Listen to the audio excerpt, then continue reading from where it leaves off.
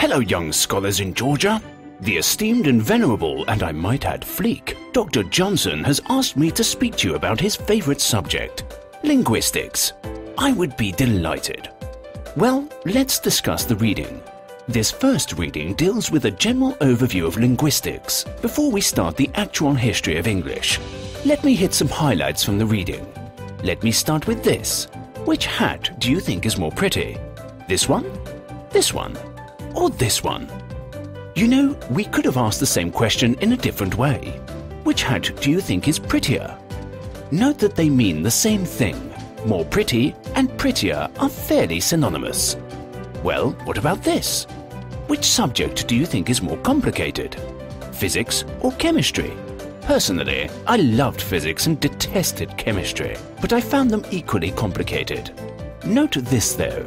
Unlike prettier, English does not allow us to say complicatedier. It just doesn't sound right, neither in the UK nor Georgia. By the way, please note that any time you see an asterisk in front of the word or phrase, it means something is wrong. But here is the question. Why can't we say complicatedier, but we can say prettier? Well, the answer lies in a system, a language system to be precise.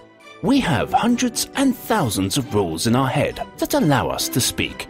These aren't rules we learn in school. These are rules that we learn as toddlers by listening to those around us. The book notes this, and I am using this example of prettier and complicatedier to illustrate this point. Language is made up of rules. So, let's look at the rule. Again, it's not written down, but we know these rules instinctively because we are native speakers of English.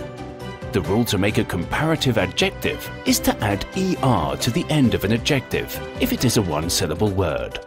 Examples include faster, quicker, and slower. If the adjective is two syllables, then we can add ER or we can add the word more, as in prettier and more pretty. However, if the word has three syllables, the rules for present-day English dictate that we cannot use ER. We have to say more. Thus, we say physics is more complicated and not complicatedier. The data you are looking at comes from a study of modern-day speakers. This is the rule that we have all agreed on without realizing it. But Old English was different, as we will see. They could say complicatedier in England around 450 AD. The point is this. English, indeed any language, is made up of rules and lots of them. That is what linguistics and the history of languages is all about. But let's move on. There are two more highlights that I want to discuss in this reading. First, language is made up of parts. Phonology is the study of the sound system of a language. You often notice this when you speak to someone from another area of the country. They sound different. I sound a bit British, do I not?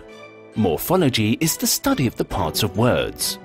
My silly example of Queen Elizabeth's hats is an example of morphology. Remember, pretty and prettier. Well, morphology deals with other parts of the words as well, like making a past tense. Syntax is the study of how words are put together to make a sentence. Lexicon is the study of the words in the language. What is really interesting is that since Old English began in 449 AD, we have added thousands of new words into present-day English. I may be showing my age, but how dope is that? I believe that is how you young Georgians speak, ain't it? Finally, semantics is the study of meaning.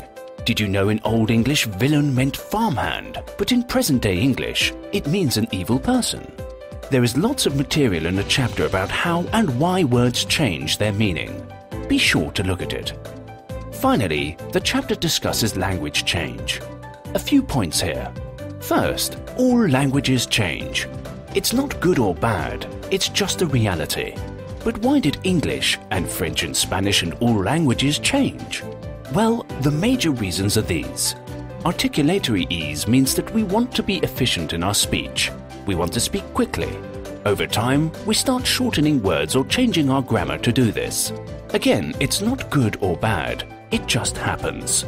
Another reason, imperfect learning. Children, more specifically toddlers, don't hear the language perfectly, so they might make a few changes. Here is a famous example. The word apron was originally napron.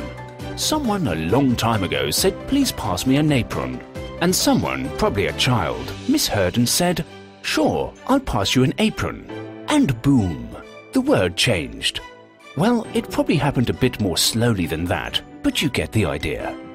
Well, those are a few highlights. But remember, I didn't cover everything. Make sure you have done the reading and do the other activities in the learning module. Let the esteemed Dr. Johnson know if you have any questions. He would be delighted to answer. Well, ta-ta for now, young